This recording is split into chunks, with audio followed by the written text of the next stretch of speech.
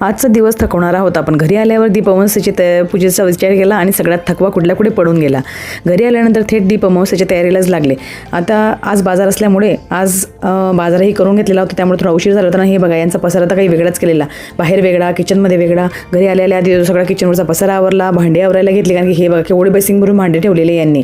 आधी भांडे आवरायला घेतले, दिवे काढून ठेवले, कारण की दीप अमावस्या म्हटली म्हणजे सगळे दिवे धुवून छान स्वच्छ करून पूजा करायची होती. त्यामुळे आधी सगळी घरातली कामं आवरून घेतली, साफसफाई, भांडे वगैरे आवरून घेतले. त्यानंतर दिवे वगैरे सगळे धुवायला घेतले.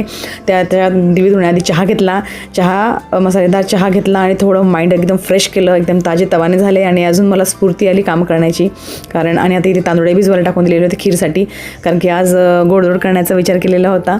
तर आता आधी सगळे दिवे वगैरे स्वच्छ करून घेतलेले आहेत. हे बघा, हे सगळे दिवे स्वच्छ करून घेतले आणि आता पूजेची तयारी करून घेतली. आधी पूजेची मांडणी झाल्यानंतर पूजा, कारण की संध्याकाळी प्रदोष काढायच्या आताच ही पूजेची तयारी करायची असते, त्यामुळे मी आधी पूजा करून घेतली. त्यानंतर आता स्वयंपाकाला लागले, आरती वगैरे झाली.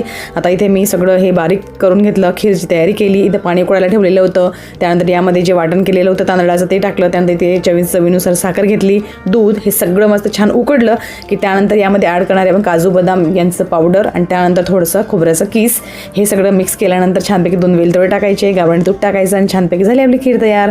आणि इथे मी हरभऱ्याची भाजी पण केलेली होती. आणि आता या पुऱ्या तळून घेऊया.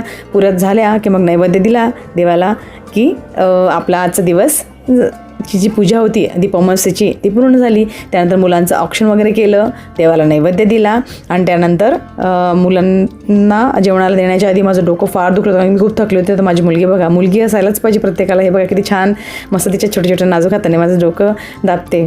चला तर मग आजचा ब्लॉग मला तुम्हाला कसा वाटला मला कमेंटमध्ये नक्की सांगा. आता डेली रुटीन जे आहे नाईट रुटीन ते करून घेते. चला मग भेटूया पुन्हा. Bye bye.